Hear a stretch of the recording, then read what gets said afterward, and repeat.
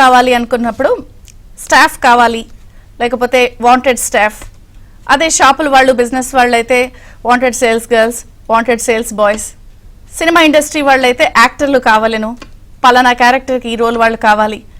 ఇలా రిక్వైర్మెంట్ పెడతారు ఎప్పటికీ వాళ్ళకి సరిగ్గా దొరకకపోతే. నిజంగా ఆంధ్రప్రదేశ్లో ఇప్పుడు అధికార వైసీపీ పార్టీకి కూడా అభ్యర్థులు కావాలను అనే పరిస్థితి వచ్చిందా అంటే గట్టిగా అవును అనే పరిస్థితే వినిపిస్తోంది. జనరల్గా ఏంటంటే ఇటుక పేర్చి ఒక కట్టడాన్ని కడతారు. అప్పుడే ఆ ఇటుక పేర్చి ఆ కాంబినేషన్ పర్ఫెక్ట్గా ఉన్నప్పుడే ఆ కట్టడం నిలబడుతుంది. కానీ వచ్చి రాగానే ప్రజావేదిక కూల్చేయటం, వచ్చి రాగానే ప్రత్యర్థుల ఇళ్లలో ప్రహరీ గోడలు పగలగొట్టేయడం, వచ్చి రాగానే కేసులు పెట్టేయడం, వచ్చి రాగానే నోరెత్తిన వాళ్ళు మాట్లాడనివ్వకుండా అరెస్టులు చేసేయడం, సొంత పార్టీ వాళ్ళు ఎంత తప్పులు చేసినా, డోర్ డెలివరీలు హత్యలు చేసినా వాళ్ళని పక్కన కూర్చోబెట్టుకుని భోంచేయడం, లేకపోతే ఇది తప్పు, లేకపోతే ఇలా తప్పు జరుగుతుంది అని చెప్పినప్పుడు కూడా ఏం పర్వాలేదు మీరు మాట్లాడమాకండి, అసలు మీరే చేస్తున్నారు తప్పులని. వర్క్షాప్లో కూడా నా దగ్గర అన్ని రిపోర్ట్స్ వస్తున్నాయి, అసలు నా మొహం చూసే వేశారు, నాకు ప్రజలకి నేరుగా కాంటాక్ట్ ఉంది, మొత్తం వాలంటీర్లు అన్నీ చూసుకుంటున్నారు కదా, మీరు జస్ట్ వెళ్ళి చెయ్యండి అని చెప్పి మొత్తం రాగానే అన్నీ కూడా కూలగొట్టడం, నోరెత్తితే అరెస్టులు, కేసులు, ఇలా ఒక టార్గెట్ చేసినప్పుడు ఆ ఇటుక పేర్చినా కూడా కట్టడం నిలబడదు. ఆ సిమెంట్ వేసినా కూడా అది సరిగ్గా మిక్స్ కాకపోతే ఆ కట్టడం కూలిపోతుంది. అధికార పార్టీ వైసీపీ పరిస్థితి కూడా ఇప్పుడు నిజంగా కూలిపోయే పరిస్థితి. కేవలం ఇక అసెంబ్లీకి 80 రోజులు ఎలక్షన్స్ జరుగుతాయి అని అనుకునే లోపు కూడా పరిస్థితి ఇంత దారుణంగా 151 మ్యాండేట్ ఇచ్చారు ప్రజలు, అద్భుతమైన మ్యాండేట్ ఇచ్చారు, అద్భుతమైన సుపరిపాలన చేయొచ్చు, అన్ని వర్గాల్ని సంతృప్తిపరచచ్చు, తమ మార్క్ చూపించవచ్చు. కానీ కట్టడం కూలిపోయే పరిస్థితి ఎందుకు వచ్చింది? అభ్యర్థులు దొరకని పరిస్థితి ఎందుకు వచ్చింది? 3 వారాల నుంచి కూడా మనం జాగ్రత్తగా గమనిస్తే అసలు జాబితాలో గందరగోళం, అభ్యర్థులు గందరగోళం, అసలు టికెట్లు రాని వాళ్ల పరిస్థితి అయితే సందిగ్ధత. 5 జాబితాలు ఇచ్చినా కూడా 75 మందికి సంబంధించిన పేర్లే ఖరారవుతున్నాయి. అసలు ఇక్కడ ఒక అద్భుతమైన ట్విస్ట్ ఏంటంటే వర్క్షాప్స్లో కానీ లేకపోతే అనేక విషయాల్లో మీపై సర్వేల్లో నెగిటివిటీ వస్తోంది, లేదా మీపై సర్వేలో వ్యతిరేకత ఉంది, లేకపోతే నాకు ఇలాంటి రిపోర్ట్ ఉంది, మీరు నిలబడండి అని చెప్పి అక్కడ చెప్పినప్పుడు మరి అద్భుతమైన ట్విస్ట్ ఏంటంటే ఎమ్మెల్యేలపై వచ్చిన వ్యతిరేకత మరి అది ఎంపీలుగా ఎందుకు ఉండదో ఎవరికి అర్థం కావట్లేదు. మరి ఎమ్మెల్యేలుగా వ్యతిరేకత వచ్చిన వాళ్ళని ఎంపీగా టికెట్ ఇవ్వడం ఏమిటి అనేది కూడా అందరూ ఆశ్చర్యపోతున్నారు. అసలు కేవలం 5 జాబితాల్లో 75 మందిని ఖరారు చేస్తూనే ఉంటే బాబు అసలు మీరు వద్దు, మీ సీటు వద్దు అని పక్క పార్టీకి వెళ్ళిపోవడం, అసలు లేదా మేము పోటీకే చేయం దూరంగా ఉంటామంటాం, 25 మంది సిట్టింగ్లకి ఇప్పటికీ ఏం జరుగుతుందో తమ భవితవ్యం ఏంటో తేలకపోవడం. ఇక అద్భుతమైన ట్విస్ట్ ఏంటంటే క్యాబినెట్లు, అసలు నా పాలన సుపరిపాలన 56 నెలల్లో నాకు విపరీతమైన సంతృప్తినిచ్చిందని ఇండియా టుడే కాంక్లేవ్లో చెప్పినటువంటి ముఖ్యమంత్రి గారు అవసరమైతే హ్యాపీగా దిగిపోతానని అన్నారు. మరి అది కూడా బేలతనం అని మాట్లాడుతున్నప్పుడు మరి అంత సంతృప్తినిస్తే ఈ పాటికే ఈ స్థాయిలో మరి మంత్రులందరికీ కూడా మరి సుపరిపాలన అందిస్తే మంత్రులందరినీ కూడా రిపీట్ చేయాలి. ఇప్పటి వరకు కూడా మంత్రులు ఎవ్వరికీ కూడా ఖరారు కాని పరిస్థితి. ధర్మాన డౌట్, రోజా doubt, Ambati doubt, speaker Tammineni పరిస్థితి ఇప్పటి వరకు ఏమిటో తెలీదు, ఆయన్ని హోల్డ్లో ఉంచారు. మొత్తంగా ఇన్ని రకాలుగా చూస్తుంటే మరి ఎందుకు ఈ స్థాయిలో అభ్యర్థులు దొరకని పరిస్థితి వస్తుంది? పోటీ చేయమని బతిమలాడే పరిస్థితి ఎందుకు వస్తోంది? ఎందుకు? కొన్ని ఉదంతాలు మనం చూద్దాం. సత్యవేడ ఎమ్మెల్యే కోనేటి ఆదిమూలం పరిస్థితి చూడండి. మనం ఆయనకి తిరుపతి ఎంపీగా పోటీ చేయమన్నారు, సత్యవేడ ఎమ్మెల్యేని ఎంపీగా పోటీ చేయమన్నారు. ఇక ఆయన నా వల్ల కాదు, ఇదంతా అయ్యేతత్వంగా కాదని టీడీపీకి మద్దతు ప్రకటించేశారు లోకేష్ని వెళ్ళి. ఇక చేసేది లేక తిరుపతి ఎంపీగా గురుమూర్తిని ప్రకటించారు. అంతేందుకు వర్క్షాప్స్లో మనం అనేక సందర్భాల్లో నెల్లూరుకి సంబంధించి అనిల్ కుమార్ యాదవ్ పైన వ్యతిరేకత ఉందని రిపోర్ట్స్ ఉన్నాయని చెప్పి మనకు అనేక సందర్భాల్లో ఇప్పుడు వార్తల్లో విన్నాం, వ్యతిరేకత వచ్చింది ఈయన పైన. మరి ఫస్ట్ సిట్టింగ్లో ఆయన ఇరిగేషన్ శాఖ మంత్రిగా కూడా చేశారు. మరి ఇప్పుడు ఆయన్ని మరి అంత వ్యతిరేకత ఉన్న వ్యక్తిని పల్నాడు ఎంపీగా పల్నాడు జిల్లాలో వెళ్ళి అక్కడ పోటీ చేయమంటాం అనేది కూడా అందరికి ఆశ్చర్యంగా అనిపించింది. అంటే ఎమ్మెల్యేగా ఉన్న వ్యతిరేకత ఎంపీగా మరి ఉండదా? ఇదే అంటే ఒక అంశం అని కాదు, అసలు ఎక్కడో ఢిల్లీలో పక్క రాష్ట్ర ముఖ్యమంత్రి డిన్నర్ ఇస్తే ఆ డిన్నర్ కలిసినందుకు కూడా మచిలీపట్నానికి సంబంధించిన ఎంపీ బాలశౌరిని అయితే వాళ్ళని వెళ్ళి టికెట్ అడగండి అన్న పరిస్థితి చూసాం. అవి కూడా ఎంత నానా రచ్చయ్యాయి ఆ గొడవలన్నీ చూసిన సందర్భం ఉన్నాయి. ఆయన ఏకంగా వెళ్ళిపోయారు, జాయిన్ అయిపోయారు. ఇప్పుడు ఆయన పేరు కూడా మచిలీపట్నం నుంచి జనసేన అభ్యర్థిగా ఖరారైపోవడం కోసమేరుపు. సో అధికార పార్టీలో అభ్యర్థులు కావాలి, పోటీ చేయండి అయ్యా బాబు అనే పరిస్థితి ఎందుకు వచ్చింది? ఇటు ఇప్పుడు జనసేన టీడీపీ అలయన్స్ పరిస్థితి చూద్దాం. ఇక్కడ 4 రోజుల నుంచి కూడా టీడీపీ అధినేత చంద్రబాబు నాయుడు, జనసేన అధినేత పవన్ కళ్యాణ్ ఇద్దరు భేటీలు అవుతున్నారు. 4 రోజుల నుంచి జాబితాను కసరత్తు చేస్తున్నారు. ఇక్కడ ఒక్క విషయాన్ని ఖచ్చితంగా మాట్లాడుకుని తీరాలి.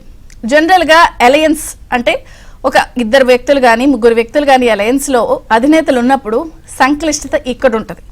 వీళ్లలో పొరపచ్చాలుంటాయి, క్యాడర్ డిఫరెంట్ గా ఉంటారు, సిద్ధాంతాలు వేరుగా ఉంటాయి. కానీ ఇక టీడీపీ జనసేనలో అటువంటి పొరపచ్చాలు కానీ లేకపోతే అట్లాంటి వైరుధ్యాలు కానీ మనకు కనిపించడం లేదు. రేపో మాపో టీడీపీ జనసేన అలయన్స్ కి సంబంధించిన 90 మంది అభ్యర్థుల జాబితా రాబోతోంది అంటున్నారు. ఇందులో కూడా మనం చూడొచ్చు, ఇప్పటికే మచిలీపట్నం బాలశౌరి, కాకినాడ నుంచి సానా సతీష్ కుమార్ పేర్లు గట్టిగా వినిపించేస్తున్నాయి. అలాగే మనకి 11 మందికి అంటే 11 టీడీపీ 2 జనసేనకి సంబంధించిన ఎంపీ అభ్యర్థుల లిస్టు ఖరారైపోయిందని అంటున్నారు.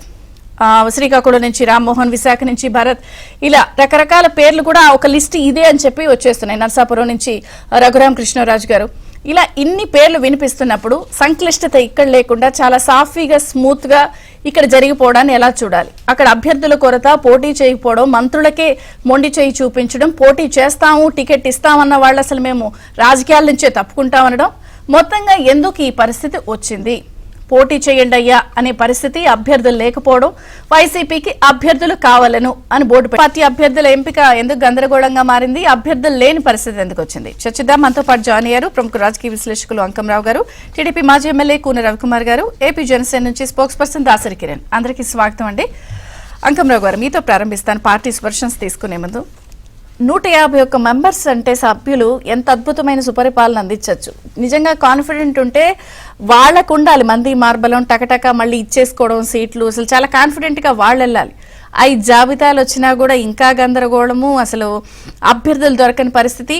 మీకు టికెట్ ఇస్తామన్నా మేము తప్పుకుంటున్నాం రాజకీయాల్లోంచి అనే స్థితి ఎందుకు వచ్చింది అధికార పార్టీలో? ఎట్లా చూడాలి ఈ వైఖరిని? అంటే ముందుగా ఏబిఎన్ ఆంధ్రజ్యోతి యాజమాన్యానికి, ఈనాటి ఈ కార్యక్రమాన్ని నిర్వహిస్తున్న విజయచంద్ర గారు మీకు, అలాగే ఈనాటి ఈ కార్యక్రమంలో పాల్గొంటున్నటువంటి కోన రవికుమార్ గారికి, దాసరి కిరణ్ కుమార్ గారికి ముందుగా నా నమస్కారం. ఇక్కడ మీరు అన్నట్టు 151 లోకసభ సభ్యులు వీళ్ళు వచ్చారు, శాసనసభ్యులు, అలాగే 22 మంది లోక్సభ సభ్యులు వచ్చారు. సహజంగా ఏ విధంగా భావించారంటే ప్రజలు, ఎట్టి పరిస్థితుల్లో యువకుడు నేను నవరత్నాలను ప్రకటించాడు, అలాగే రాజధాని నిర్మాణం పూర్తి చేస్తానన్నాడు, పోలవరం మనం కట్టలేమా, కేంద్రం మీద ఆధారపడాలని చెప్పని మాట్లాడాడు. గతంలో చూసుకుంటా ఉంటే నా తండ్రి చిత్రపటం పక్కన నా చిత్రపటం కూడా పెట్టుకునే విధంగా నేను 30 సంవత్సరాల అధికారంలో ఉంటాను, ఒక్కసారి అవకాశం ఇవ్వండి అని చెప్పని అడిగాడు. గతంలో తెలుగుదేశం ప్రభుత్వం మీద ఉన్నటువంటి, అంటే అధినాయకుడి మీద లేకపోయినా కూడా కొంతమంది శాసనసభ్యుల మీద ఉన్నటువంటి వ్యతిరేకత, అలాగే వాళ్ళు చేసి చెప్పుకోలేకపోవడం అనేది కూడా అతనికి కలిసి వచ్చిన అంశం. దానివల్ల అతనికి అద్భుతమైనటువంటి విజయాన్ని అందించిన మాట మాత్రం వాస్తవం. దాన్ని మామూలుగా అంటే రాజకీయ అనుభవం లేదు అంటానికి నిదర్శనం ఇప్పుడు అతని పరిపాలన.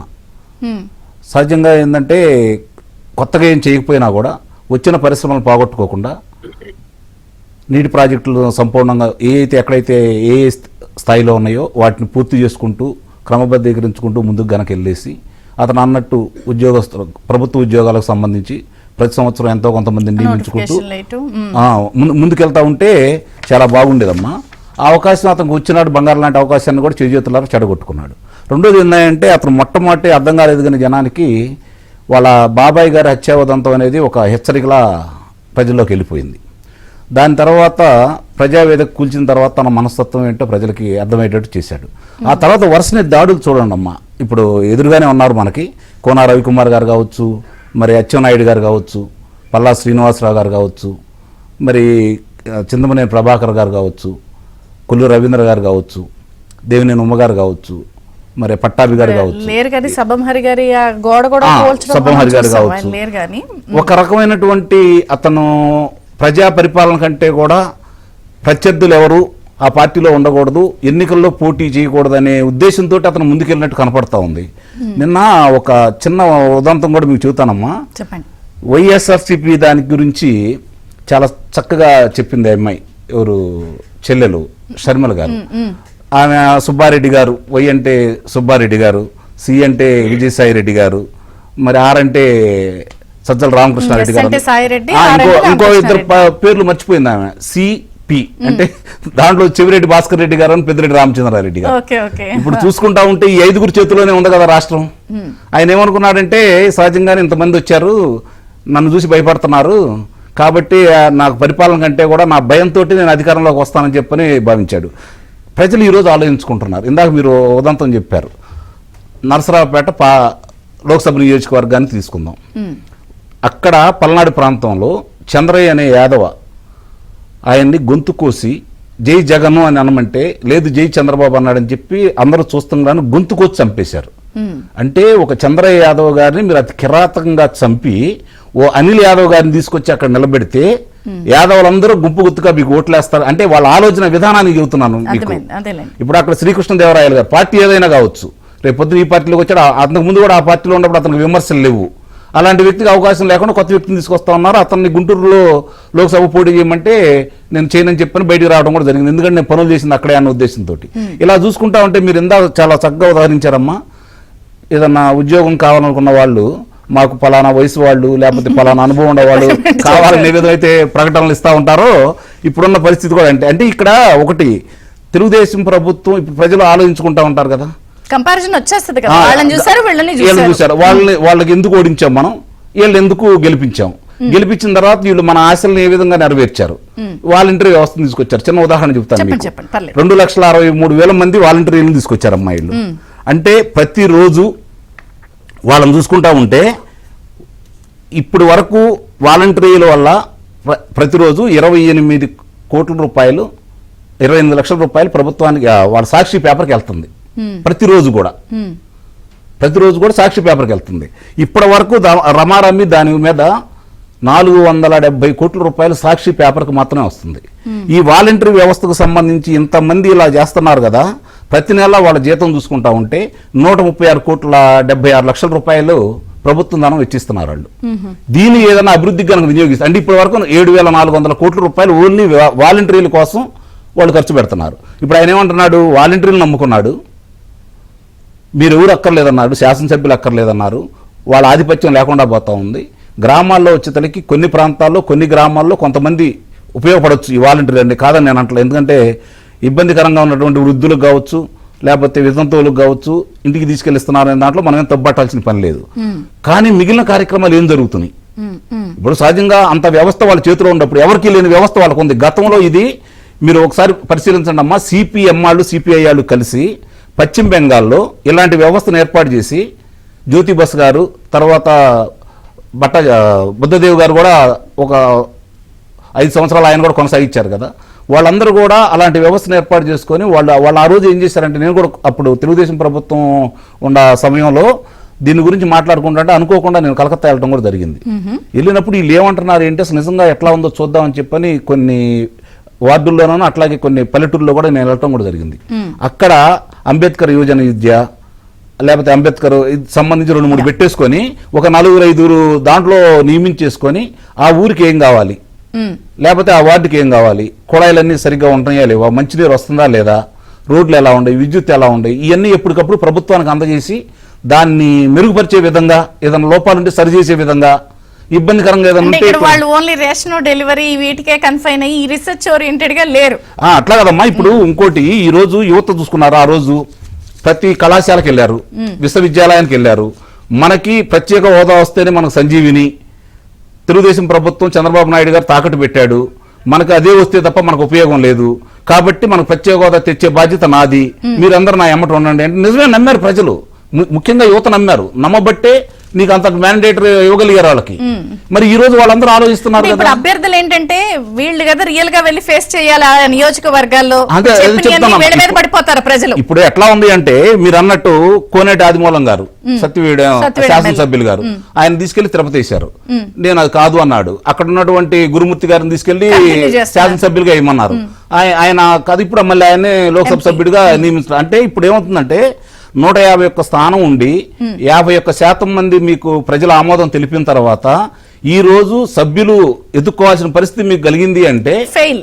ఇంకోటి, ఎప్పుడైనా సరే ప్రజల అభిప్రాయం ఎలా ఉంటుందంటే నీరు పల్లానికి వెళ్తున్నట్టుగా ప్రజల అభిప్రాయం ఎలా ఉంది, ప్రజలు ఎవరిని కోరుకుంటున్నారు, ఈ ప్రభుత్వం మీద అనుకూలంగా ఉంటే ప్రతిపక్షాలందరూ ఈ బడి ఖాళీ అయి వెళ్ళిపోయేది, అవకాశం లేకుండా పోయింది.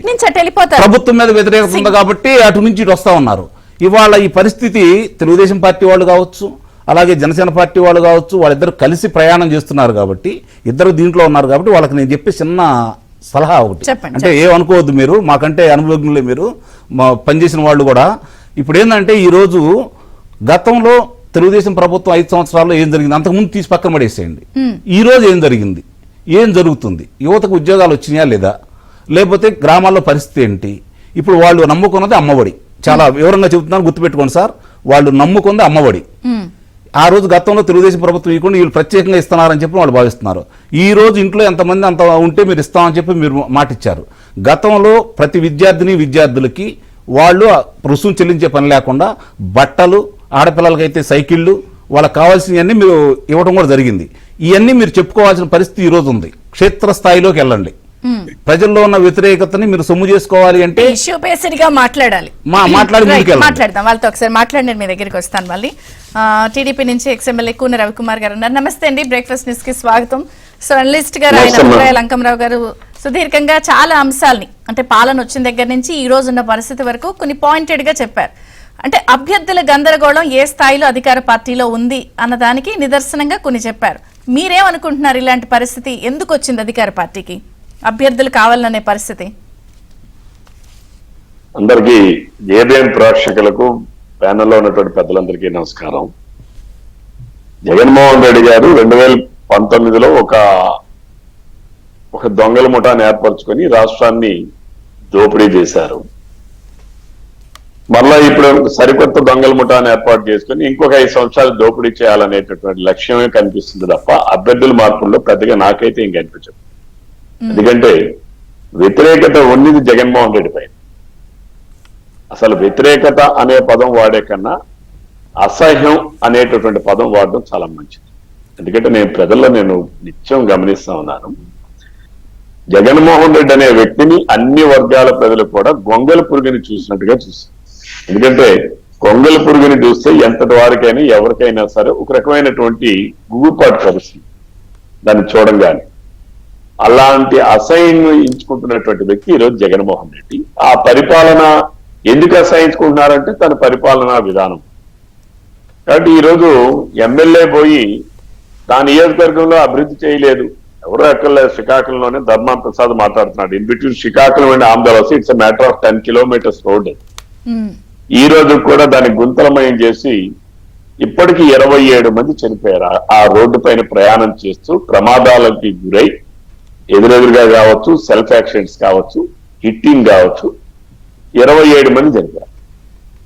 200 పైబడి శతగాత్రులు అయిపోయారు. చాలా మంది కాళ్ళు ఇరిగిపోయిన వాళ్ళు ఉన్నారు, చేతులు ఇరిగిపోయిన వాళ్ళు ఉన్నారు, నడుము కోల్పోయిన వాళ్ళు ఉన్నారు, మెడలు కోల్పోయిన వాళ్ళు ఉన్నారు, బ్రెయిన్ హెమరేజెస్ వచ్చిన వాళ్ళు ఉన్నారు, తలపోయి రోడ్డుకి వాళ్ళు తగిలి గుద్దుకోవడం వలన బ్లడ్ క్లాట్ అయ్యి బ్రెయిన్ హెమరేజెస్ వచ్చిన వాళ్ళు ఉన్నారు, పెరాలసిస్ స్ట్రోక్లు వచ్చిన వాళ్ళు ఉన్నారు, అనేక రకాల బాధలు. ధర్మాన్ ప్రసాద్ ఏం చెప్పాడంటే, మీకు పథకాలు ఇచ్చాం కదా, డబ్బులు రోడ్లు వేయమంటారు ఏంటని ఒకసారి. ఇంకోసారి ఏమడిగాడంటే అన్నాడంటే, మా దగ్గర డబ్బులు లేవు, మమ్మల్ని ఏం చేయమంటారు, ఏ రోడ్డు అయిపోతే మీరు నడుచుకోలేరా అని చెప్పారు. అంటే వాళ్ళు అభివృద్ధి చెయ్యలేకపోయాము, నిధులు లేవనంటే ఆయన ఒక క్యాబినెట్ లో మంత్రి, ఆయన ఎమ్మెల్యే కూడా కాదు, ఆయన మంత్రి. ఒక క్యాబినెట్ మంత్రి ఆ రకంగా విచ్చలవిడిగా మాట్లాడుతున్నారంటే మరి ప్రభుత్వం మీద వ్యతిరేకత ఉందా, లేకపోతే శాసనసభ్యుల మీదే వ్యతిరేకత? నో డౌట్ కొంతమంది చాలా మంది శాసనసభ్యుల మీద వ్యతిరేకత ఉంది. ఎందుకు? వాళ్ళు నియోజకవర్గంలో హోల్సేల్ దోపిడీ, జగన్మోహన్ రెడ్డి గారు రాష్ట్రాన్ని హోల్సేల్ దోపిడీ, అలానే అస్తవ్యస్త పరిపాలన, అరాచకత, వీటన్నిటి మీద కూడా జగన్మోహన్ రెడ్డిని కూడా తీవ్రంగా అసహించుకుంటున్నారు. అట్లానే శాసనసభ్యుల పైన కూడా అసహించుకుంటున్నారు. కాబట్టి జగన్మోహన్ రెడ్డి గారు మార్చాల్సింది, నేను ఇంత ముందు కూడా చెప్పాను డిబేట్ లో కానీ లేకపోతే మీడియాలో కానీ, అసలు ఈ 79 మంది ఒక 4 నెలల ముందే జగన్మోహన్ రెడ్డిని మార్చేస్తే వీళ్ళకి బాధలు ఉండేవి కాదు కదా. వీళ్ళంతా కలిపి జగన్మోహన్ రెడ్డి మార్చేసుకుంటే జగన్మోహన్ రెడ్డి ఎవడు వీళ్ళ మార్చడానికి? జగన్మోహన్ రెడ్డిని వీళ్ళే మార్చేసుకుంటే అసలు ఎటువంటి ప్రాబ్లం కూడా ఉండేది కాదు.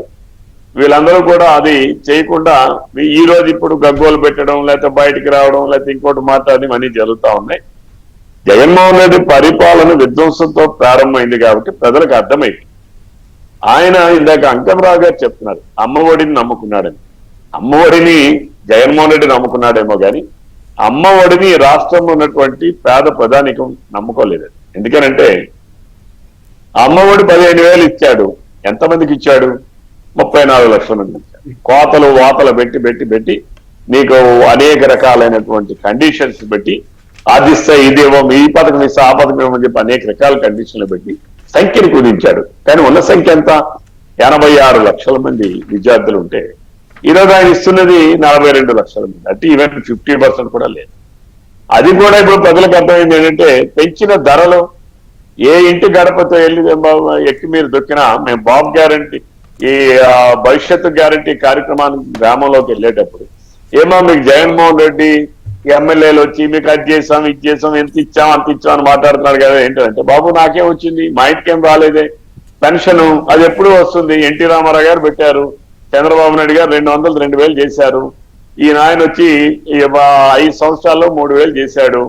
కానీ మాకు వచ్చింది ఏంటి? పెన్షన్ ఎప్పుడూ వస్తుంది, కొత్త కార్యక్రమం ఏముంది ఇందులో? నా కుటుంబానికి ఏం రాలేదు. అలాగే చేయతుంది, నా కుటుంబానికి ఏం రాలేదు. అంటే పథకాలని కొందరికే ఇచ్చి అందరికి ఇచ్చాను అనేటటువంటి ప్రచారం ఆయన చేస్తున్నాడు. వాలంటీర్ల ద్వారా, లేకపోతే గడప గడప అనే కార్యక్రమం ద్వారా, లేకపోతే ఇంకొక అనేక మా మీడియా ద్వారా, మాధ్యమాల ద్వారా చేస్తా ఉన్నాడు. తన అనుకూలమైనటువంటి ఛానల్స్ ద్వారా గ్లోబల్స్ ప్రచారం చేస్తున్నాడు. ఇందాక అంకమరావు గారు చాలా స్పష్టంగా చెప్పారు. సాక్షి పేపర్కి ఇప్పటికీ ప్రభుత్వ ధనాన్ని సుమారు 1,000 కోట్ల రూపాయలు తెచ్చుకుంటాడు. అంటే పేపర్ని కొనుగోలు చేయడం వల్లనే కాకుండా అడ్వర్టైజ్మెంట్స్ పేపర్ అండ్ ఛానల్కి ఇచ్చి అనేక 1,000 కోట్లు తనకు వత్తాసు పలుకుతున్నటువంటి TV9 కావచ్చు, NTV కావచ్చు, ఇంకా అనేక ఛానల్స్ ఉన్నాయి, అనేక పత్రికలు ఉన్నాయి. వాటన్నిటి కూడా 1,000 కోట్ల రూపాయలు ఈరోజు కేవలం ప్రచారం కోసం ఇచ్చినటువంటి వ్యక్తి జగన్మోహన్ రెడ్డి ప్రచారం చేసి ప్రజలు కూడా అసహించుకుంటున్నారు. ఎందుకంటే నేను ఇందాక దొంగలపురుగా ఎందుకన్నానంటే మనిషి తెలియాలని కోరుకోవడం తప్పులేదు, కానీ అది పిచ్చిగా మారడం అనేది చాలా తప్పు. చిన్న పిల్లలకి ఇచ్చే చెక్కీ మీద, ఈ చెక్కీలు గతంలో తెలుగుదేశం ప్రభుత్వం ఇచ్చాం, పిల్లలకి స్కూల్స్ లో ఇచ్చాం, వాళ్ళకి అలానే నువ్వులుండ్లు కూడా ఇచ్చాం, అలానే వారు చెప్పినట్టుగా బట్టలు ఇచ్చాం, పుస్తకాలు ఇచ్చాం, షూస్ ఇచ్చాం, సైకిల్ ఇచ్చాం, ఏమి ఇచ్చింది. అలానే పిల్లలకి స్కాలర్షిప్. మీరు మొన్న మధ్య విన్నారో లేదో, సజ్జలుగా భార్గవ రెడ్డి గారు మనకి ఇన్ని అకౌంట్స్ FBలు ఉన్నాయి, మన ఇన్ని అకౌంట్స్ ఇన్స్టాగ్రామ్లు ఉన్నాయి, మనకి ఇన్ని అకౌంట్స్ ట్విట్టర్లు ఉన్నాయని చెప్పి పెద్ద జనరల్ గా ఎవరైనా ట్రాక్ రికార్డ్ నేను ఇన్ని ప్రాజెక్టులు కట్టా, ఇన్ని బిల్డింగ్లు తెచ్చా, ఇన్ని ఉద్యోగాలు ఇచ్చా అని చెప్పాలి. సార్ అంటే రవికుమార్ గారు మీకు అడ్వస్తున్నారని ఏమనుకోవద్దు. మీకు చిన్న ఉదాహరణ చెప్తాను నేను. మీరు ఏం చేశారు అనే దాని గురించి ప్రజలకి తెలియకపోవటం వల్ల జరిగినటువంటి పర్వ మీలాంటి వాళ్ళు చేశారు, సరే పరిస్థితులు వ్యతిరేకించాయి, వాళ్ళకు అనుకూలంగా వచ్చినాయి. చిన్న ఉదాహరణ చెప్తాను మీకు, అంటే మీకు తెలియని కాదు, ప్రజలకు కూడా తెలియాలి కాబట్టి చర్చా వేదిక ద్వారా మీరు కొన్ని చెబుతారు, నేను కొన్ని చెబుతాను, గుర్తుపెట్టుకోండి. మీరు SC కార్పొరేషన్ ద్వారా వాళ్ళ కాళ్ళ మీద వాళ్ళు నిలబడటానికి పరిశ్రమలు కావచ్చు, ఇన్నోవా కార్లు కావచ్చు 91,000 మందికి ఇచ్చారండి మీ 5 సంవత్సరాల్లో, ఓన్లీ SCలకి. మీరు చెప్పుకోగలిగారా? మీ శాసనసభ్యులు గాని మంత్రులు గాని ఇప్పటి వరకు చెప్పుకోగలుగుతున్నారా? BCలకు వచ్చేతలకి 71,000 మందికి ఇచ్చారండి మీరు. వాళ్ళకి పనిముట్లకు సంబంధించినవి కావచ్చు, పరిశ్రమలకు కావచ్చు, మత్స్యకారులకు కావచ్చు, వివరంగా ఇచ్చారండి. కాపు కార్పొరేషన్ ద్వారా ఏర్పాటు చేసి 42 మంది వాళ్ళకి ఉపయోగం కలగజేశారండి వీళ్ళు. అట్లాంటి నేను అనేది ప్రజల్లోకి మీరు చేశారు మంచి పనులు, కానీ వాళ్ళు చేసిన బురదను కడుక్కోవడమే సరిపోయింది. అంకమరావు గారు ఎలా ఉంటుందంటే, మా చంద్రబాబు నాయుడు గారు కడుపులో బిడ్డ దగ్గర నుంచి కాటికెళ్లేంత వరకు ప్రతి స్టేజ్ లో ప్రభుత్వ సహాయం అనేది పేదవానికి అందాలి అనేది తెలుగుదేశం పార్టీ లక్ష్యం. ఆ రకంగా ఆయన 134 పథకాలు పెట్టాడు. మేము ఒక ఊరు వెళ్ళి ఒక మీటింగ్ చెప్పి మేము మాట్లాడితే 1 గంట సేపు మాట్లాడతా, లేదు నా బోటోని అయితే 2-3 గంటలు మాట్లాడతా. 2-3 గంటలు మాట్లాడి 136 పథకాలు మేము ఎప్పుడు చెప్పాలి, ఎప్పుడు అన్నారు. ప్రాబ్లం ఏంటంటే జగన్మోహన్ రెడ్డి నేను అనేది ఏంటంటే, ఇప్పుడు మనం వీళ్ళ సైడ్ కూడా ఇంకొకసారి మంత్రులు అంటే జనరల్ గా క్యాబినెట్ క్యాబినెట్ అంటే వాళ్ళ పాలన. మంత్రులు ఎవరికి టికెట్లు ఇవ్వట్లేదు ఇంకా ఇప్పటి వరకు అని అంటే ఒప్పుకున్నట్టే కదా పాలన బాలేదని. ఒకటి మీ బంధువు స్పీకర్ తమ్మినేని గారికి కూడా ఇంకా అసలు ఏమిటనేది లేదు. చాలా మంది ఇందాక నుంచి వ్యూవర్స్ క్వశ్చన్ పెడుతున్నారు నాకు, అసలు రవికుమార్ గారిని అడగండి ఆయన బంధువు గారికి ఎందుకు ఇవ్వలేదు ఇంకా అని. తమ్మినేని సీతారాం బాగా డమాబుస్సులు కొడతాడు కాబట్టి ఇస్తాడమ్మా. ఎందుకంటే నాకు తెలిసి హియర్ ఆంధ్రలో దేర్ ఇస్ నో ఆల్టర్నేట్. ఎందుకంటే సామాజిక వర్గ పరంగా కూడా ఈ జిల్లాలో కాస్త ఎక్కువగా ఉన్నటువంటి జిల్లా కాబట్టి సీతారాంకి ఆల్టర్నేటివ్ గా ఈ ఆంధ్రలోస్ నియోజకవర్గంలో ఇంకెవరిచ్చినా సరే నామినేషన్ కూడా అంటే చాలా మంది వన్ సైడ్ ఎలక్షన్ అనేటువంటి పరిస్థితి ఉంది కాబట్టి ఆయన సీతారాంకే ఇస్తాడు. ఆల్టర్నేటివ్ కూడా లేరు. ఆయన గెలుస్తారా? ఎట్టి పరిస్థితుల్లో కూడా గెలవడు. అందులో మీకు సందేహం అక్కర్లా. అంటే రవికుమార్ గారు సులువు చేస్తున్నారు ఆయనకిచ్చి. సహజంగా వేరే వాళ్ళు అయితే అంత వ్యతిరేకత ఉండదు, కొత్త అభ్యర్థి కాబట్టి ఏదైనా ఆలోచిస్తారేమో కానీ నేను వేరే వాళ్ళు కొత్త అభ్యర్థి అయినా బ్యాక్గ్రౌండ్ లేదు, ప్రాపర్ బ్యాక్గ్రౌండ్ లేదు. సో ఇక్కడ ఏంటంటే కాస్త సింపుల్ ఈక్వేషన్ ఒకటే. మేము రాజగోపాలరావు గారు ఇంతకుముందు బుడ్డేపల్లి కుటుంబాలు కూడా మేము అంతా దగ్గర బంధువులమేనండి, అందరం బంధువులు, దగ్గర రిలేషన్స్. బట్ పార్టీలే సెపరేట్ గా ఉండేవి.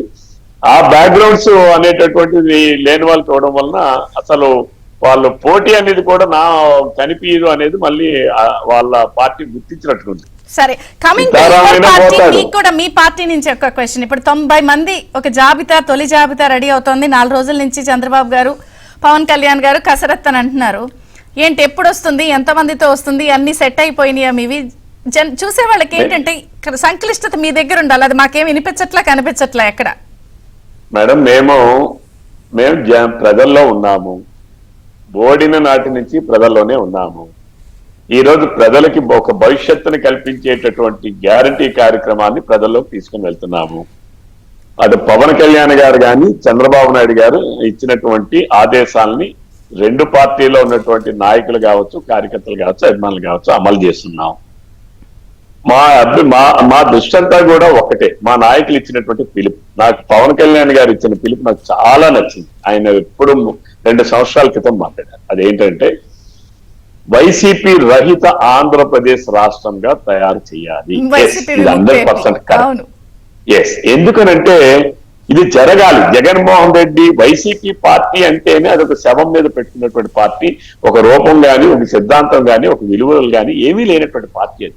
ఏదో కాంగ్రెస్ పార్టీ రాష్ట్ర విభజన చేయడం వలన ఆ రోజు మనోభావాలు వలన ఆ రోజు కాస్త కాంగ్రెస్ పార్టీ ఇక్కడ అడుగంటిపోవడం వల్ల వైసీపీ పార్టీ ఎమర్జ్ అయింది తప్ప వైసీపీ పార్టీకి ఒరిజినల్ గా అంత సీన్ లేదు, జగన్మోహన్ రెడ్డికి అంత సీనే లేదు. అయితే ఇక్కడ ఏంటంటే వైసీపీ రహిత వైసీపీ విముక్త ఆంధ్రప్రదేశ్ రాష్ట్రం తయారు చేయాలంటే దాని అర్థం 175కి 175 సీట్లు కూడా గెలవాలి, ఇన్క్లూడింగ్ పులివెందుల.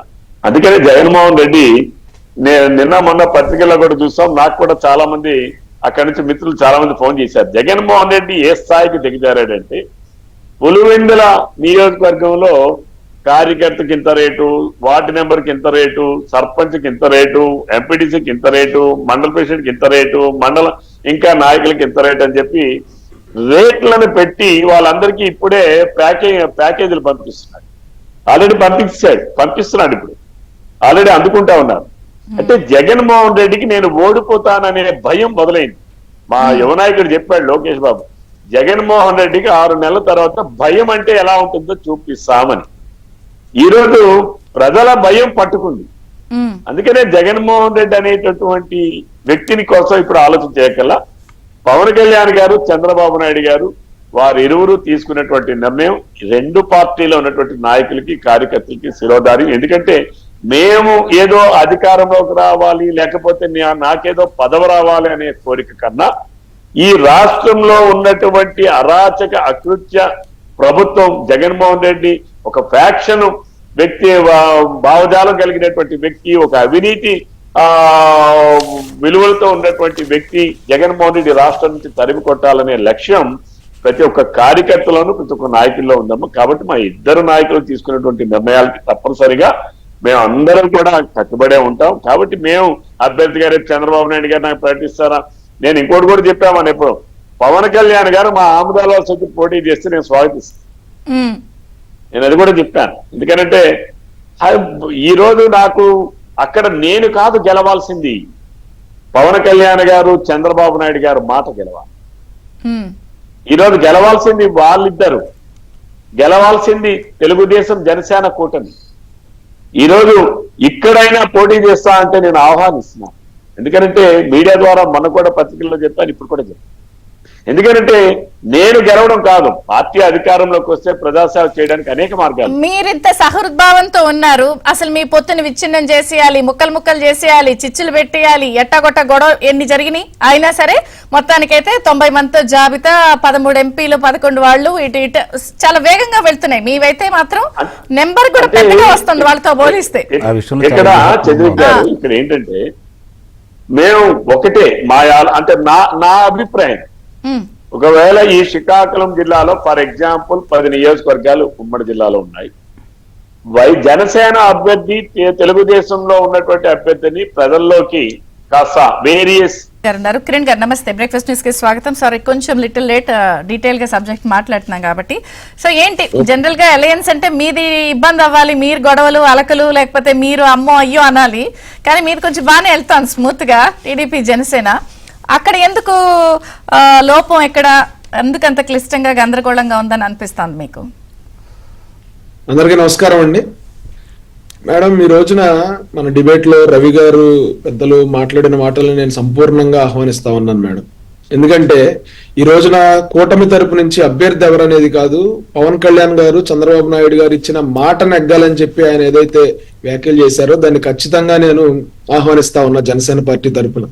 ఎందుకంటే ఇక్కడ ఇబ్బంది ఉంటుంది అనుకున్న చోట 2 పార్టీలు కలిసాయి, లక్షల కార్యకర్తలు, లక్షల కుటుంబాలు కలిసి పనిచేయాల్సిన అవసరం ఉన్న చోట మేమంతా మంచి ఫ్రెండ్లీ వాతావరణంలో మేము సర్దుకుని మేము కూటమి గెలవాలి, రాష్ట్ర ప్రయోజనాల కోసం పవన్ కళ్యాణ్ గారు చంద్రబాబు నాయుడు గారు తీసుకున్న నిర్ణయాన్ని మేము మద్దతు తెలపాలని చెప్పి మేము కష్టపడతా ఉంటే, ఇంకో పక్కన వైఎస్ఆర్సీపీలో మాత్రం నానా రకాల ఇబ్బందులు పడుతూ అక్కడ అభ్యర్థులు దొరక్క ఇబ్బంది పడుతున్న పరిస్థితి. దీనికి గల కారణం ఏంటని విశ్లేషిస్తే మేడం, ఇక్కడ గడచిన 4.5 సంవత్సరాల్లో ఎమ్మెల్యేలకు గాని ఎంపీలకు గాని జగన్మోహన్ రెడ్డి గారు కనీసం అపాయింట్మెంట్ ఇచ్చిన పరిస్థితి లేదు, వాళ్ళకి మినిమం రెస్పెక్ట్ ఇచ్చిన పరిస్థితి లేదు. కాబట్టే ఈ రోజున నేను మళ్ళీ గెలిపిస్తాను, నన్ను నమ్మి మీరు నా పార్టీలో చేరండి, నా పార్టీ తరఫున పోటీ చేయండి అని చెప్పి జగన్మోహన్ రెడ్డి గారు ప్రాధేయపడుతున్నా కూడా ఈ రోజున ప్రజలందరూ ఏదైతే వ్యతిరేకత చూపిస్తా ఉన్నారో అవన్నీ కూడా ఎమ్మెల్యేలు దృష్టిలో ఉంచుకుని, ఎంపీలు దృష్టిలో ఉంచుకుని వాళ్ళు ఒకే మాట చెప్తా ఉన్నారు, మాకు నమ్మకం లేదు దొర అని. అంటే లీడర్ సినిమాలో ఒక డైలాగ్ ఉంటుందండి, మాకు నమ్మకం లేదు దొర అని. ఈ రోజున ఎమ్మెల్యే అభ్యర్థులు, ఎంపీ అభ్యర్థులు వీళ్ళందరూ చెప్తున్న మాట ఏంటంటే మాకు నమ్మకం లేదు దొర అని. ఇందాక మీరు స్టార్టింగ్ కమెంట్స్ లో కూడా మీరు చెప్పారు, వీళ్ళు ఏదో జాబ్ అప్లికేషన్ కోసం అనౌన్స్మెంట్ చేస్తున్నట్టు మాకు అభ్యర్థులు కావాలని అనౌన్స్మెంట్ చేస్తా ఉన్నారని. ఖచ్చితంగా నిజం మేడం. ఈ రోజున వైఎస్ఆర్సీపీలో ఎమ్మెల్యేగా గానీ ఎంపీగా గానీ పోటీ చేయాలంటే వాళ్ళకు ఉండాల్సిన ఎలిజిబిలిటీ క్రైటీరియా ఏంటంటే డబ్బులు ఎక్కువ ఉండాలి, జగన్మోహన్ రెడ్డి గారికి కోట్లు డిపాజిట్ చేయాలి, కుక్కిన పేన్లాగా పడుండాలి, ఎప్పుడు కూడా జగన్మోహన్ రెడ్డి గారిది అపాయింట్మెంట్ అడగకూడదు, బయట పార్టీ వాళ్ళతో మాట్లాడకూడదు, వాళ్ళు ఏదైనా విందులు ఇచ్చినా కూడా వెళ్ళకూడదు, పక్క రాష్ట్ర ముఖ్యమంత్రులతో మాట్లాడకూడదు, ఇంకా ఫైనల్ గా ఏంటంటే పాలేగాళ్ల మాట వినాలి. ఈ ఎలిజిబిలిటీ క్రైటీరియాకి వాళ్ళు ఓకే సమ్మతం అయితే గనక వాళ్ళ అభ్యర్థిత్వాన్ని ఈ రోజున వైఎస్ఆర్సీపీ పెట్టుకునే పరిస్థితి ఉంటది. కాబట్టి వీళ్ళెవ్వరూ కూడా ముందుకు రావట్లేదండి. ఎందుకంటే గడచిన లాస్ట్ 1.5 year లో కూడా ఈ జగన్మోహన్ రెడ్డి గారు ఏదైతే చెప్పారో సిట్టింగ్ ఎమ్మెల్యేలు గడప గడపకి తిరగండి అని, వాళ్ళు ప్రజల మధ్యకి వెళ్ళినప్పుడు వాళ్ళకి నిజమైన పల్స్ అర్థమైంది. జగన్మోహన్ రెడ్డి గారి గురించి ప్రజలు ఏమనుకుంటా ఉన్నారు, వీళ్ళు ఇచ్చిన పథకాలు నిజంగా జనాల్లోకి వెళ్ళాయా, ప్రజలు జగన్మోహన్ రెడ్డి గారిని తిరస్కరిస్తున్నారా లేకపోతే యాక్సెప్ట్ చేస్తున్నారా అనేది లైవ్ లో చూసేశారండి. ఈ రోజున జగన్మోహన్ రెడ్డి గారు ఒక్కొక్క ఎమ్మెల్యేల దగ్గర 50 కోట్లు 60 కోట్లు లేదంటే ఎంపీల దగ్గర 100 కోట్లు 150 కోట్లు డిపాజిట్ అడుగుతా ఉన్నారని చెప్పి బయట వార్తలు వస్తా ఉన్నాయి. ఒకవేళ అదే కనుక నిజమైతే ఎమ్మెల్యేల మీద జగన్మోహన్ రెడ్డి గారు సర్వే చేయించుకున్నట్టు, లేదంటే అభ్యర్థుల మీద జగన్మోహన్ రెడ్డి గారు సర్వే చేయించుకుంటున్నట్టు, ఎమ్మెల్యే అభ్యర్థులుగా పోటీ చేయాలనుకునే వాళ్ళు, ఎంపీ అభ్యర్థులుగా పోటీ చేయాలనుకునే వాళ్ళు, ఇంత అమౌంట్ డిపాజిట్ చేయాల్సిన పరిస్థితి వచ్చినప్పుడు వాళ్ళు కూడా సర్వే చేసుకుంటారు కదా, వాళ్ళు కూడా జగన్మోహన్ రెడ్డి గారి పర్ఫార్మెన్స్ మీద సర్వే చేసుకుంటారు కదా. వాళ్ళు కూడా పార్టీ ఎంతవరకు పర్ఫామ్ చేసింది లాస్ట్ 5 అంటే నా years లో పెర్ఫార్మెన్స్ బాగుంది, మీ పెర్ఫార్మెన్స్ బాగాలేదని చెప్పారు కదా ఇప్పుడు ఆయన అదే వర్క్. అదే మేడం, ఇప్పుడు వాళ్ళే జగన్మోహన్ రెడ్డి గారు ఎలా అయితే సర్వే చేశారో వాళ్ళు కూడా సర్వే చేస్తారు కదా జగన్ గారి పర్ఫార్మెన్స్ ఎలా ఉందని.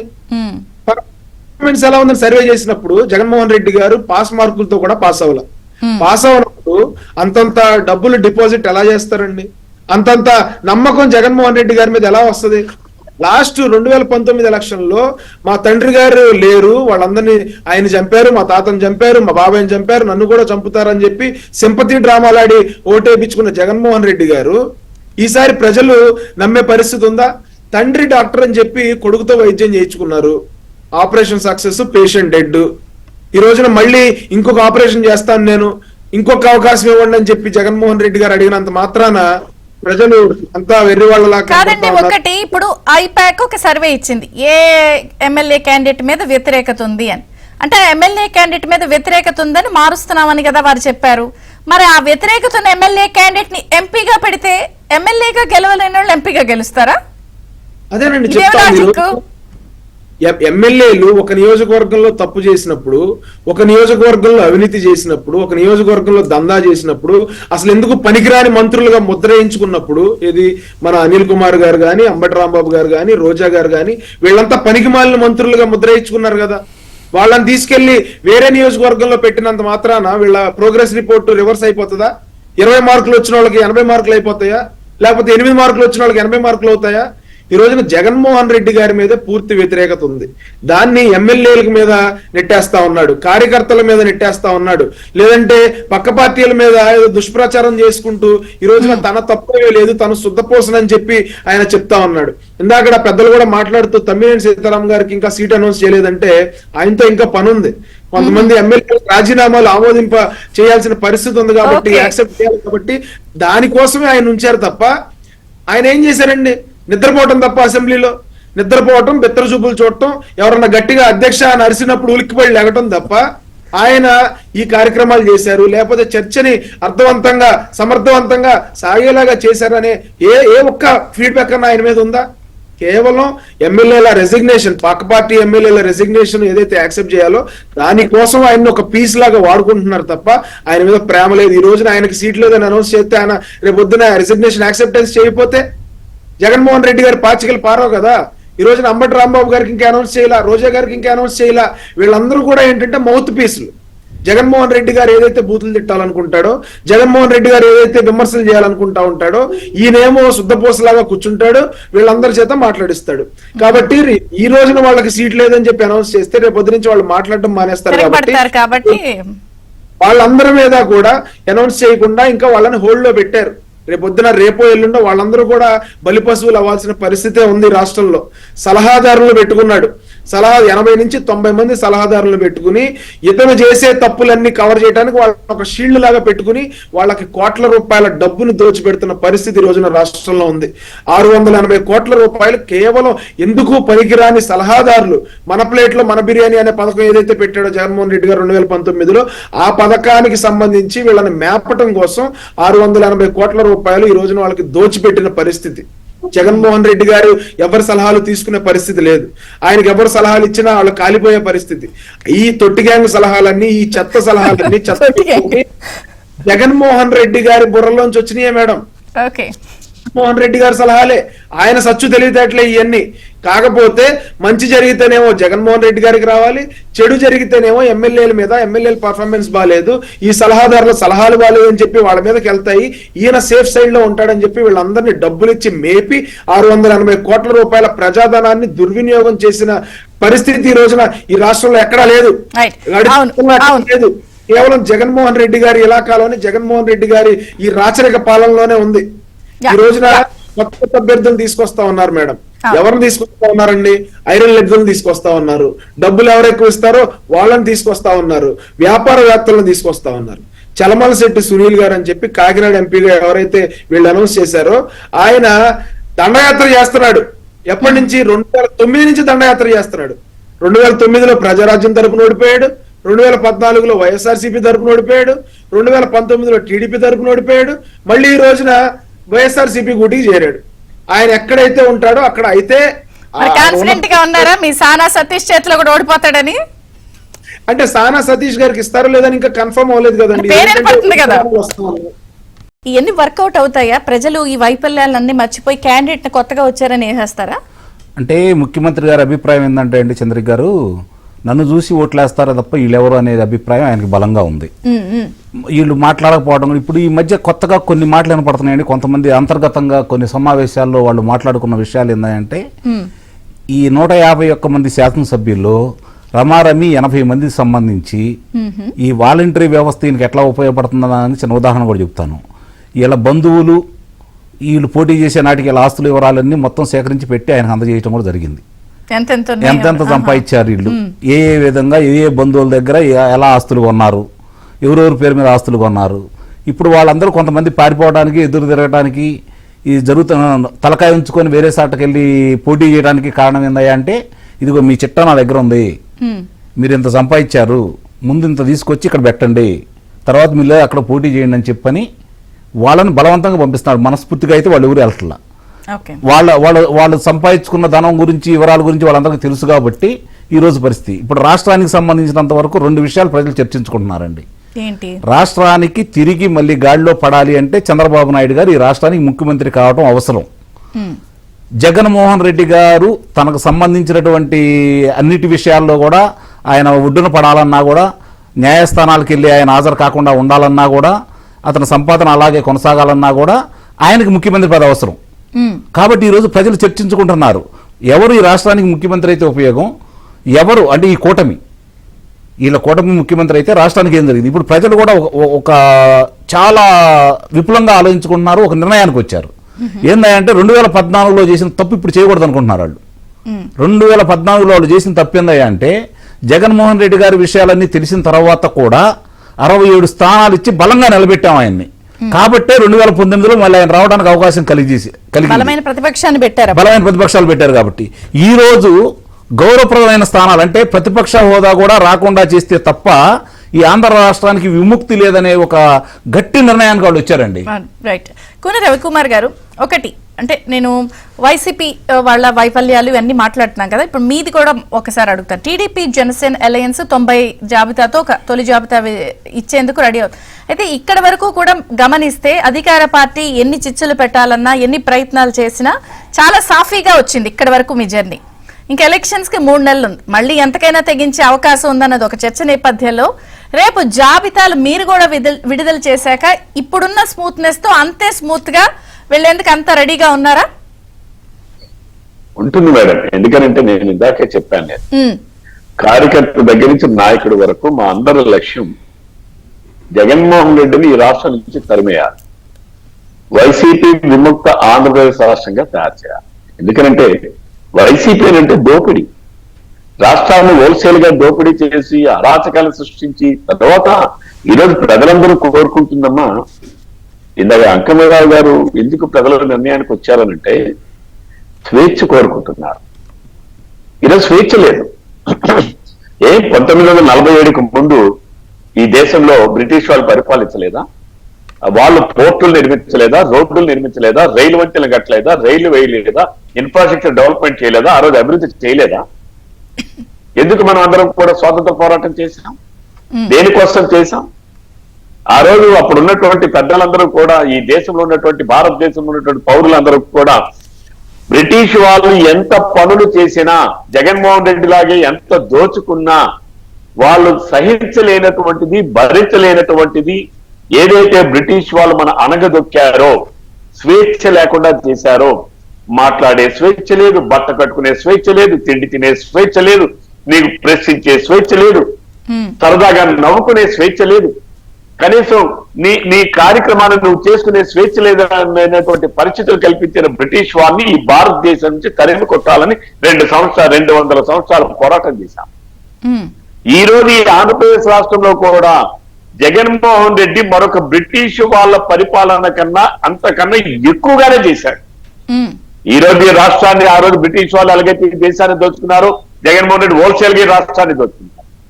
ఆ రోజు బ్రిటిష్ వాళ్ళు ఎలాగైతే నిర్బంధించారు, ఈరోజు జగన్మోహన్ రెడ్డి గారు అంటే ప్రతిపక్షాలను ఒకటి సార్ ఇవన్నీ పెట్టి మీరు మాట్లాడుతున్నారు, ప్రజలకి నెమ్మదిగా అర్థమవుతోందండి. ఆయన వాళ్ళ ఆలోచన ఇలా ఉందని అంకమరావు గారు చెప్తున్నప్పుడు 3 నెలలు టైం ఉన్నప్పుడు ఆఖరి అస్త్రంగా కూడా ఎన్ని ప్రయత్నాలు చేయాలో అన్ని చేస్తారు మీ మధ్య టీడీపీ జనసేన మధ్య చేయడానికి.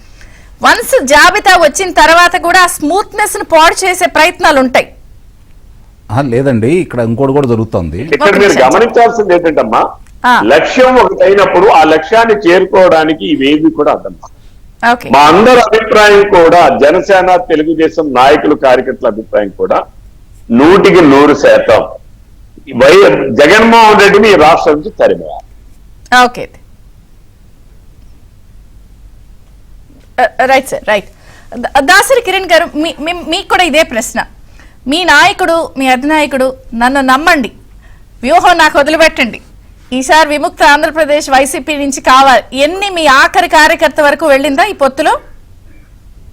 మేడం 100% మేమంతా కూడా పవన్ కళ్యాణ్ గారు ఏదైతే మాట ఇచ్చారో, ఏదైతే చెప్తా ఉన్నారో దానికి కట్టుబడే ఉన్నాం. మా ఆఖరి కార్యకర్త వరకు సీటు అనౌన్స్ చేసిన తర్వాత కూడా డిస్టర్బెన్సెస్ వస్తాయా అంటే రావచ్చు. కాకపోతే దాన్ని ఎట్లా హ్యాండిల్ చేయాలనేది మా అధినేతలు ఇద్దరికి తెలుసు.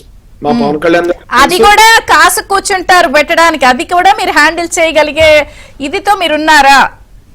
మేము అదే చెప్తున్నామండి. ఇప్పుడు పొత్తు జడగొట్టడానికి, పెళ్లి జడగొట్టడానికి ఎలా అయితే గుంట నక్కల్లాగా కాసు కూర్చుంటారో, రెచ్చగొట్టి ఆ పక్షాన్ని ఈ పక్షాన్ని రెచ్చగొట్టి, ఇట్లా మా తెలుగుదేశం పార్టీ జనసేన పార్టీ పొత్తును కూడా చెడగొట్టడానికి గోతుగాడి నక్కల్లాగా వాళ్ళు కాసు కూర్చున్నారు.